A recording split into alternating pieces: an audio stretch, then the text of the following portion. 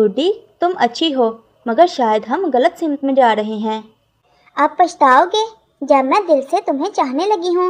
अगली सुबह मानो ने लाडी को गले लगाया और कहा, बेटी, अगर मोहब्बत सच्ची है तो सब्र ही उसका इलाज है। अगली रात लाडी ने हिम्मत की। वो आहिस्ता से राजा के करीब आई।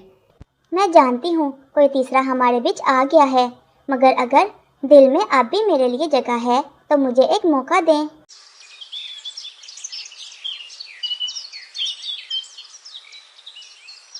सब्ज जंगल के बीचों बीच एक खूबसूरत दरख्त पर मानो चिड़िया का आशियाना था। नर्म घास, रंग बिरंगी पत्तियां और दरख्त के साए में बहता एक नन्हा सा चश्मा, यही मानो चिड़िया की दुनिया थी।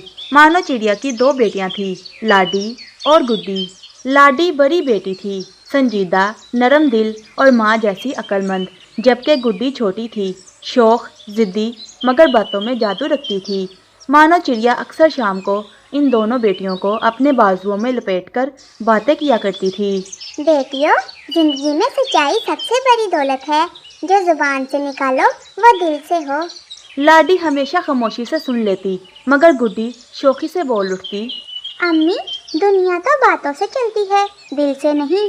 बेटी, जुबान की मिठास दिल की सफाई से आती है, चालाकी से नहीं। दिन गुजरते गए। लाडी जवान हो गई। उसके पर चमकदार, आंखों में हया, बातों में नरमी, सब कुछ एक सलीकेदार चिड़िया की निशानी थी। मानो चिड़िया अपनी बेटी के लिए रिश्ता ढूंढने लगी, मगर हर बार कोई ना कोई कमी निकल आती। एक दिन दोपहर को जब मानो दाना चुन रही थी, अचानक दरख्त की टहनी पर से एक रूबी कवि नीचे उतर कर आई। वो थोड़ी तेज और चालाक कवि थी। ओ मानो बहन, मैं तुम्हारे लिए एक शहजादा लाई हूँ, ऐसा रिश्ता कि दिल खुश हो जाए। सच कह रही हो रूबी? कौन है वो खुशनसीब? वो है राजा चिड़ा। सोना चमकते उसके पर, नरमी उसके लहजे में और इज्जत उसके आशियाने में। वो तुम्हारी लाडी जैसी नाजुक दुल्हन का हकदार है। मानो चिड़िया के दिल में खुशी की लहर दौड़ गई। कवि बहन, अगर किस्मत ने चाहा तो लाडी को जरूर नसीब होगा राजा चिड़ा जैसा शोहर। लाडी शर्म से सर झुकाए बैठ गई और गुड्डी ने मुंह बनाकर बहन की तरफ देखा। हाँ अम्मी, बहुत अच्छा रिश्ता है, मगर देख लेना कहीं बहन लाडी बहुत खुश ना हो जाए। गुड्डी बेटी, हसद अच्छी चीज नहीं होती, हर किसी का नसीब अलग होता है। कुछ दिन बाद जंगल में खुशी की तैयारियां शुरू हो गईं। हर तरफ रोशनी, खुशबू और चहल पहल थी। लाडी की शादी राजा चिड़ा से तय हो गई थी। गुड्डी बस खामोशी से सब कुछ देख रही थी, मगर दिल में एक अनजानी खलिश भरती जा रही थी। जब शादी के दिन लाडी सजी संवरी आई तो राजा चिड़ा ने पहली बार उसे देखा। उसकी आंखों में हया थी, चेहरे पे सुकून। राजा चिड़ा ने अपने दिल ही दिल में सोचा, यही होगी मेरी जिंदगी की रानी। अल्लाह करे ये सफ़र हमेशा खुशियों वाला हो। शादी धूमधाम से हुई। गुड्डी बहन की बारात में तो थी, मगर हर लम्हा राजा चिड़ा को देखती रही, उसके अंदाज, उसकी बातें, उसकी नरमी। और तब कुछ ऐसा हुआ जो ना होना चाहिए था। गुड्डी के दिल में राजा चिड़ा के लिए मोहब्बत जाग गई। शादी के बाद लाडी अपने नए आशियाने में जाने लगी तो मानो चिड़िया ने आंसू पोंछते हुए कहा, मेरी बच्ची, खुश रहना, हमेशा अपने शोहर का दिल जीत कर रखना। अम्मी, आप फिक्र न करें, मैं आपकी तरबियत पर कभी हर्फ नहीं आने दूंगी। सब चले गए, मगर पीछे रह गई गुड्डी, एक खामोशी आंधी के साथ। वो रातों को जागती, सोचती, काश वो शादी मेरी होती, काश राजा चिड़ा मेरी बातों में आता। और वही ख्याल आहिस्ता आहिस्ता जहर बन गया। चंद दिन बाद गुड्डी रूबी कवि के पास गई। रूबी आंटी, एक बात कहूँ? कहो बेटी, क्या दिल का बोझ है? मुझे लगता है राजा चिड़ा ने गलत चिड़िया चुनी है। वो लाडी नहीं, मुझ जैसी शौक बतूनी चिड़िया का हकदार है। रूबी कवि ने हैरत से गुड्डी को देखा, मगर दिल ही दिल में हंस पड़ी। तू भी कम नहीं गुड्डी, लेकिन देख बेटी, आग से खेलना आसान नहीं। मैं डरने वाली नहीं, मैं राजा चिड़ा से मिलने जा रही हूँ, लाडी की गैर मौजूदगी में। देखना कैसे वो मेरी बातों में आता है। बेटी, अगर कामयाब हो गई तो पूरा जंगल तेरे किस्से गाएगा गुड्डी चिड़िया। और यूं एक नई साजिश ने जन्म लिया। अगली सुबह लाडी अपनी माँ से मिलने गई। गुड्डी ने मौका देखा, पर फैलाए और सीधी बहन के ससुराल जा पहुंची। राजा चिड़ा दरख्त पर बैठा दाना खा रहा था। गुड्डी ने शोही से सलाम किया। अस्सलाम वालेकुम। अब तो मैं आपकी साली हूँ, इजाज़त है कि थोड़ी बातें हो जाएं। अरे गुड्डी, क्यों नहीं, बैठो, कैसी हो? मैं तो अच्छी हूँ, मगर मेरी लाडी बहन उफ, बड़ी सीधी सादी है। कभी हंसती नहीं, कभी गाती नहीं। राजा चिड़ा जैसे खूबसूरत परिंदे के साथ तो जिंदगी रंगीन होनी चाहिए। राजा चिड़ा ने मुस्कुराकर कहा, वो नरमी से जीती है, मगर दिल की बहुत साफ है। साफ दिल तो ठीक है, मगर थोड़ा शौकपन भी तो होना चाहिए। देखिए, जिंदगी में बातें, हंसी और मोहब्बत सब साथ हों तो ही मज़ा आता है। राजा चिड़ा को पहली बार लगा कि गुड्डी की बातों में कुछ बात है, और यही थी शुरुआत एक गलत मोड़ की। अब लाडी अपनी माँ के आशियाने पर थी, मानो चिड़िया अपनी बेटी के लिए तरह तरह के पकवान बना रही थी। बेटी, आज दिल चाहा कि तुम्हारी पसंद का दाना पकाऊं। अम्मी, आपका बनाया हुआ तो सभी पसंद है, मगर आज दिल कुछ भारी सा है, पता नहीं क्यों। शादी के बाद हर बेटी को ऐसा ही लगता है, ये यादों की कमी है, गुजर जाएगी। लाडी को खबर ही ना थी कि उसकी गैर मौजूदगी में उसकी अपनी बहन गुड्डी उसके शौहर राजा चिड़ा के साथ मिठास भरी बातों में मसरूफ़ है। राजा चिड़ा उस दिन गुड्डी की शौकियों से खूब खुश हुआ। गुड्डी कभी हंस कर बोलती, कभी शरारत से पूछती। राजा जी, कभी दिल नहीं चाहता कि जिंदगी में थोड़ा मजाक, थोड़ी शौकी हो? लाडी बहुत नरमी से रहती है, लेकिन तुम्हारी बातों में एक अलग रंग है। शायद इसीलिए तो लाडी आपके लायक नहीं। ये सुनकर राजा चिड़ा के चेहरे पर खामोशी छा गई। उसके दिल में एक अजीब सी बात बैठ गई। क्या वाकई लाडी बहुत सीधी है? क्या गुड्डी दुरुस्त कह रही है? 2 दिन के बाद लाडी वापस अपने आशियाने आ गई। गुड्डी तब तक वहीं मौजूद थी।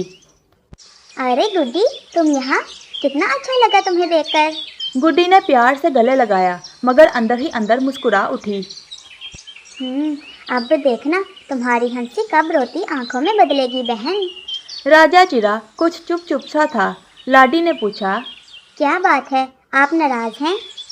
कुछ नहीं, बस सोच रहा हूँ, तुम इतनी खामोश क्यों रहती हो? कभी हंसती नहीं, कभी दिल से बात नहीं करती। लाडी चिड़िया यह सुनकर हैरान हो गई और बोली, मैं तो हमेशा आपका ख्याल रखती हूँ, फिर शिकायत कैसी? राजा चिड़ा ने नजरें चुरा लीं और गुड्डी खामोशी से बैठी सब कुछ सुन रही थी, जैसे वो जीत रही हो। अब दिन गुजर गए। गुड्डी हर दूसरे दिन बहाना बनाकर आ जाती। कभी कहती, वो अम्मी ने भेजा है, दाना देना था। और कभी बोलती, मैं बस बहन से मिलने आई हूँ। मगर हकीकत ये थी कि वो आती थी राजा चिड़ा से बातें करने के लिए। लाडी कभी ना समझ पाई कि ये बातें उसके घर की बुनियाद हिला रही हैं। एक दिन लाडी चिड़िया पानी लेने गई। गुड्डी मौका पाकर राजा के पास आई और बोली, राजा जी, आपका दिल कभी बहन से उकताता नहीं? इतनी संजीदगी से दम घुटता नहीं? कभी कभी लगता है वो मुझसे दूर हो रही है। फिर तो आपको कोई चाहिए जो आपको हंसा सके, जो आपकी बातों में रंग भर दे। राजा चिड़ा ने बेइख्तियार कहा, शायद तुम जैसी। ये सुनकर गुड्डी के लबों पर वो मुस्कुराहट आई जिसे फ़रेब कहते हैं। रात गुजर गई, सुबह हो गई। लाडी ने राजा चिड़ा को बात बात पर चिड़चिड़ा देखा, जैसे खाना पसंद नहीं। अब लाडी चिड़िया परेशान थी, मानो चिड़िया से मिली और रोते हुए बोली, अम्मी, पता नहीं क्या हो गया है राजा जी को, वो बात नहीं करते, निगाहें चुराते हैं। बेटी, मर्दों के दिल मौसम जैसे होते हैं, कभी बारिश कभी धूप, बस सब्र से काम लो। मगर मानो चिड़िया को नहीं पता था ये दिल का मौसम गुड्डी की चालाकी से बदल रहा है। दूसरे दिन लाडी के ना होने पर गुड्डी फिर आ गई। राजा चिड़ा दरख्त के किनारे बैठा सोचों में गुम था। क्या सोच रहे हैं? जिंदगी अजीब हो गई है। लाडी खामोश है और तुम्हारी बातों में एक कशिश है। गुड्डी ने झूठे लहजे में कहा, मैं तो बस बहन जैसी हूँ, मगर कभी कभी लगता है कि आपके लिए एहसासात कुछ और हैं। हाँ, शायद कुछ और। ये कहते हुए उसके चेहरे पर कश्मकश थी, मगर गुड्डी के दिल में एक जीत का नशा। अब वो चाहती थी कि लाडी और राजा के दरमियान ऐसी दीवार खड़ी कर दे जो कभी गिर ना सके। फिर चंद दिनों बाद वही हुआ। राजा चिड़ा मामूली बातों पर लाडी से लड़ने लगा। अगर खाना देर से मिलता तो कहता, तुम्हें मेरा ख्याल ही नहीं है। अगर लाडी खामोश रहती तो कहता, तुम बस माँ की बातों में रहती हो, शोहर की तो कोई फिक्र ही नहीं है तुम्हें। लाडी रोती, गुड्डी चुपके चुपके खुश होती। एक शाम मानो चिड़िया आई तो लाडी के आंसू देखकर चौंक गई। लाडी बेटी, क्या हुआ है? अम्मी, पता नहीं, रिश्ता टूटता जा रहा है। ये किसी की बदवा नहीं, किसी का जादू लगता है। फिर मानो चिड़िया के जहन में फौरन गुड्डी का ख्याल आया। रात को मानो चिड़िया छुपकर रूबी कवि के आशियाने में गई। वहाँ उसने सुना गुड्डी रूबी कवि से बात कर रही थी। रूबी आंटी, वो अब मेरे काबू में है। लाडी रो रही है और राजा चिड़ा मेरी बातों में गुम है। ये सुनकर मानो चिड़िया का दिल दहल गया। वो खामोशी से वापस लौटी, आंसू बहते रहे। मैंने 2 बेटियां पैदा की, मगर एक ने बहन नहीं, दुश्मनी निभाई। अगली सुबह मानो ने लाडी को गले लगाया और कहा, बेटी, अगर मोहब्बत सच्ची है तो सब्र ही उसका इलाज है। किसी की मकारी ज़्यादा देर नहीं चलती। अम्मी, मैं अपनी ज़िंदगी को दोबारा संवारने की कोशिश करूँगी। फिर लाडी चिड़िया ने राजा चिड़ा का खूब दिल जीता, उसकी खूब खिदमत की। वो कभी उसके लिए दाना लाती, कभी पानी लाती और उसका पूरा ख्याल रखती। फिर एक दिन गुड्डी दोबारा आई, मगर इस बार राजा चिड़ा के लहजे में थोड़ी झिझक थी।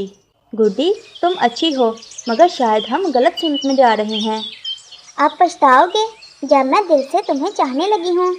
ये सुनकर राजा चिड़ा चुप रहा, लेकिन उसके अंदर कहीं कुछ टूटने लगा था। अगली रात लाडी ने हिम्मत की। वो आहिस्ता से राजा के करीब आई। मैं जानती हूँ कोई तीसरा हमारे बीच आ गया है, मगर अगर दिल में अब भी मेरे लिए जगह है तो मुझे एक मौका दें। राजा चिड़ा ने गहरी सांस ली और कहा, लाडी, मैंने तुम्हें दुख दिया, मगर सच कहूँ, तुम्हारी खुशी में जो सच्चाई है वो गुड्डी की बातों में नहीं। मैं शर्मिंदा हूँ। मोहब्बत में गलती हो जाए तो माफ़ करना सीखो, छोड़ना नहीं। राजा चिड़ा ने लाडी चिड़िया से माफ़ी मांगी।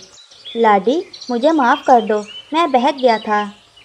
फिर अगली सुबह जब गुड्डी आई तो उसने देखा लाडी और राजा चिड़ा एक साथ बैठे मुस्कुरा रहे हैं। अरे बहन, लगता है मेरी ज़रूरत नहीं रही यहाँ। गुड्डी जो दूसरों का रिश्ता तोड़ती है वो खुद तन्हा रह जाती है। गुड्डी के चेहरे पर शर्मिंदगी और शिकस्त का साया छा गया। लाडी बहन, मुझे लगा मोहब्बत छीनने से मिलती है, मगर अब समझ आई मोहब्बत बांटने से बढ़ती है। मुझे माफ़ कर दो। गुड्डी वहाँ से चली गई, खामोश मगर सबक सीखकर। मानो चिड़िया ने दोनों बेटियों को देखा। एक ने फ़रेब सीखा और दूसरे ने माफ़ी। और जंगल में फिर से वही गीत गूंजने लगे। मोहब्बत जीत गई, गरूर हार गया। प्यारे दोस्तों, रिश्ते ज़ुबान से नहीं, दिल की सच्चाई से जीतते हैं। प्यारे दोस्तों, अगर आपको ये वीडियो अच्छी लगे तो इसे लाइक और मेरे चैनल को सब्सक्राइब करना बिल्कुल ना भूलें। आपका शुक्रिया।